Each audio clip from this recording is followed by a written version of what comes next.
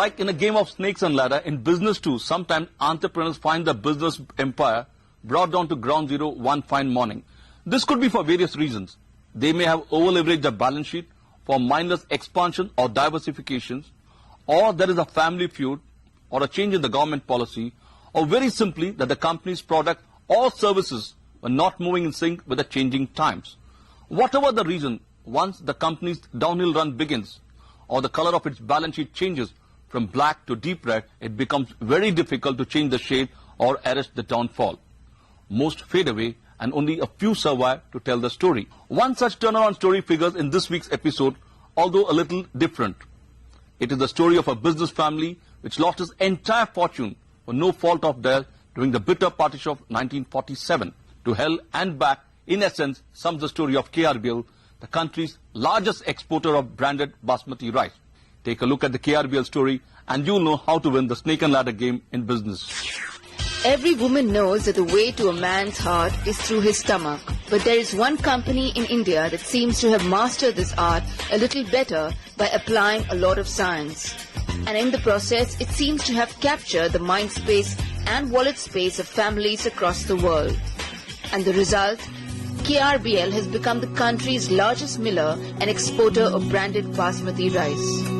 KRBL, which has a legacy of 123 years, has brands like India Gate, Bemisal, Unity Aarti, Doon, Noorjahan, Indian Farm and Lotus, tickling the palate of people across Asia, including the Middle East, Europe, USA, Canada and Africa.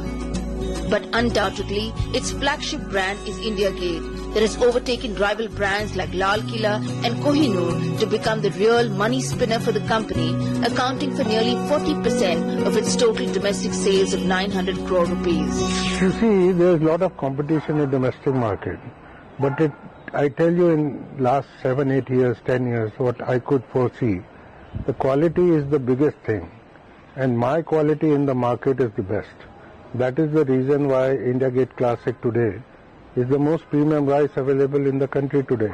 I should say on the planet. It is the most expensive rice on the planet today is India Gate Classic because of the quality parameter. Number one is aging. Aging is very important. Number two, the quality of the seed. We are maintaining our quality not at the mill level. We are maintaining the quality from the seed. It is from the seed to the plate of the consumer. And this fetish for quality shows in its performance. KRBL today accounts for 25% of the total branded basmati rice exported from India and has carved 30% market share in the domestic branded basmati rice segment. KRBL, which has one processing unit and 2 huge state-of-the-art plants, is the country's first integrated rice milling company. Its Ghaziabad plant in Uttar Pradesh is spread over 120 acres, while Dhuri plant in Punjab, acquired in 2003, measures 140 acres. Both these plants have the capacity to process 195 metric tons of grains per hour. To match these huge outputs, it has warehouse capacity of 2 million square feet, which is used for storing basmati rice for aging, as well as for the finished products. But mill rice is only good as a paddy that is procured. Paddy procurement is most critical and most important job for the rice mill because the raw material is so important. If you procure the right material, you are able to mill the right material also. When we are procuring the rice, the paddy, same quality of paddy is 25 rupees a kilo and the same grain is 15 rupees also kilo. By the experience, we are able to know this is 25 rupees a kilo or what is a 15 rupees a kilo. This is a very important and paddy roll procurement. We always go to the farmer and we see which belt is the best for the paddy. And we select on the first day when we are procuring the paddy, this belt is very good, aroma is very good, good yield, less chalky, good grain. So we select the paddy area and we procure the paddy. Today KRBL is a basmati rice king, but it began its odyssey on a difficult note. KRBL, which is an acronym, was founded in 1889 by 2 brothers, Khushi Ram and Bihari Lal at Faisalabad in Pakistan. In the bitter partition of 1947, the family had to flee Pakistan, leaving behind their huge fortune. 10 cotton spinning mills, 2 rice mills, 16 commission agencies in 18 cities and a bank. In India, Bihari Lal's grandson, Bhagirat Lal, father of the current promoters, started from scratch at the Delhi's wholesale food grains market near Lahore Gate. Initially, KRBL was trading in all types of food grains. But in 1970, the family decided to concentrate only in rice as profit margins were good. Then came several turning points in the life of KRBL. The first turning point came in 1978 when Bhagirat Lal decided to part ways with his cousins and strike on his own by drafting his 3 sons, Anil Kumar Mittal, Arun Kumar Gupta and Anup Kumar Gupta into the business. This partnership firm started with an initial capital of 2 lakh rupees. These brothers, who concentrated on the rice business, were blessed with strokes of luck from time to time. It first manifested when the Janata Party government in 1978-79, headed by Morarji Desai, put basmati rice under open general license. Immediately, the Gupta brothers saw a huge export opportunity and focused on basmati rice. As a trader, they supplied basmati rice to leading exporters like Alana Sons, Tanna Exports, Subhash Chandra's firm Rama Associates between 1979 and 1984. With enough cash in kitty, the Mittal Gupta brothers became direct exporters to a Saudi firm of unbranded basmati rice. The biggest turning point of their business came in 1992 when Omar Ali Balsharaf Trading Establishment agreed to sell companies Train brand basmati rice in Saudi Arabia. The first order of 270 tons changed the profile of KRBL. So impressed was his trading firm, it picked 16.7% stake in KRBL, paying $5.90 million. After this, there was no looking behind for the 3 brothers. This long-term contract transformed the company. To capture more markets, both domestic and foreign, the company invested heavily in technology by raising money via an initial public offer in 1993. Besides, it also became R&D centric by employing Dr. V.P. Singh, known as the father of basmati research. The R&D department does a lot of hand-holding with the farmers by providing them high-yielding variety seeds that ensure better return on their investments. This move has transformed the lives of 70,000 farmers' families. In terms of technology, it installed machines made by Buller of Germany, Sortex from UK, Carter Day from USA, among others. So what makes KRBL tick? See, for us, success is a story of communitative success, So we've never really thought of individualistic success.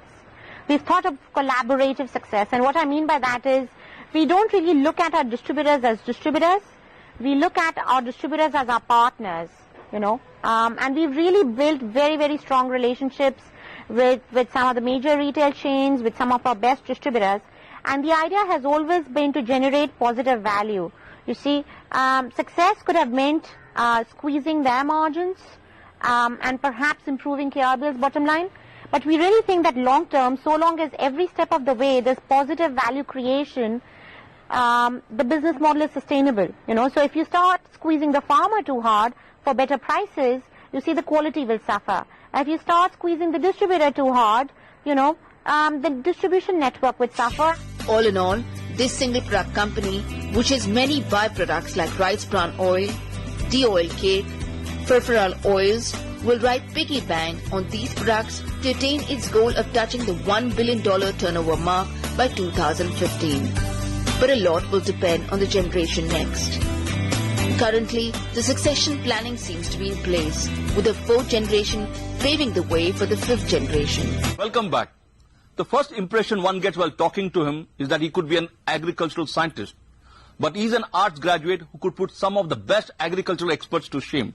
I caught up with 60-year-old Anil Kumar Mittal, CMD of KRBL, at his Ghaziabad factory, located over a sprawling 120 acres, to find why his company is betting only on rice. And this is what he has to say.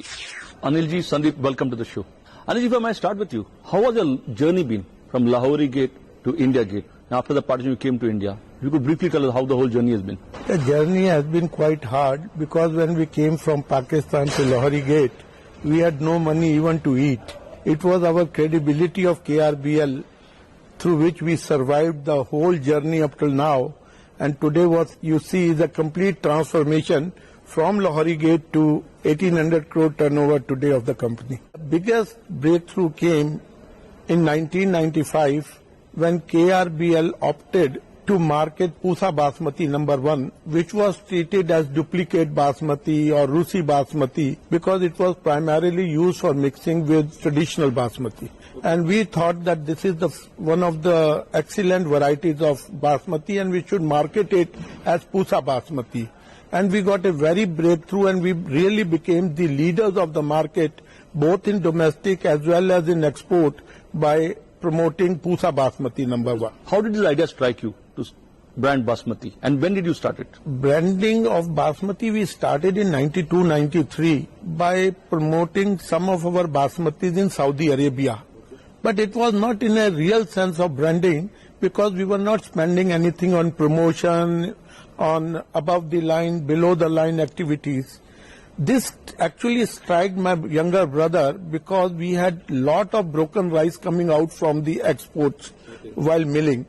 And those were sold at a very low prices.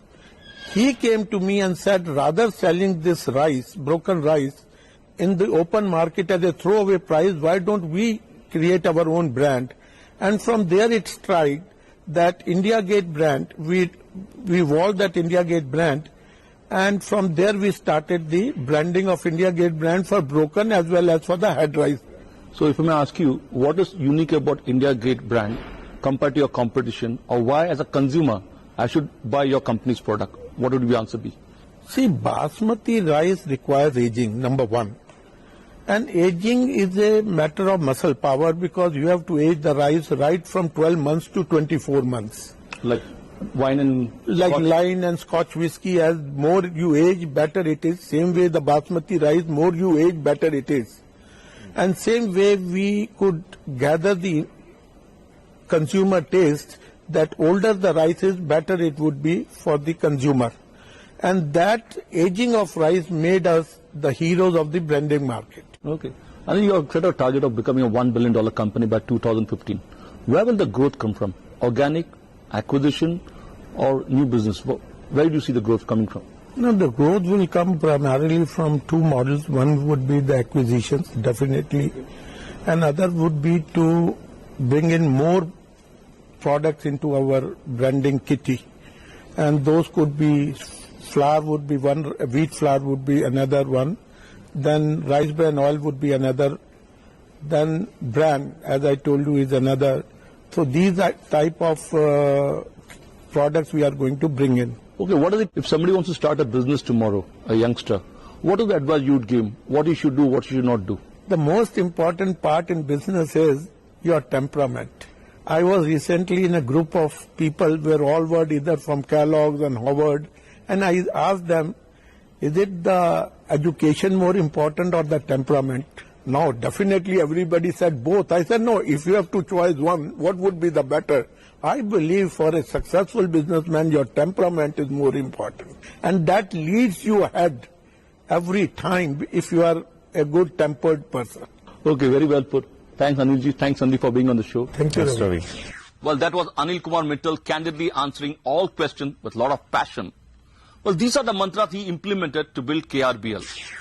Integrity and transparency should be a working mandate. Be financially conservative and disciplined. Resist temptation to over-leverage your balance sheet. Be R&D centric. This company's success is largely because of this factor. Love to learn, love to listen. Some of the products and brands have been developed on employees and customers' feedback. Collaborative partnership is their corporate credo. Be it farmers, distributors, or employees, they are all partners in profits. And finally, to be successful, you need to have a good temperament. Very unusual mantras, but how do you argue against what has worked well and is still working? What comes out loud and clear about Mittal Gupta brothers is that their life revolves, evolves and devolves around Basmati rice. No wonder they have bounced back. Here I'm reminded of Richard Branson, who said that in business, opportunities are like buses. There's always another one coming. On that optimistic note, it is time to say goodbye. See you next week with another interesting episode. Till then, keep watching CNBC TV.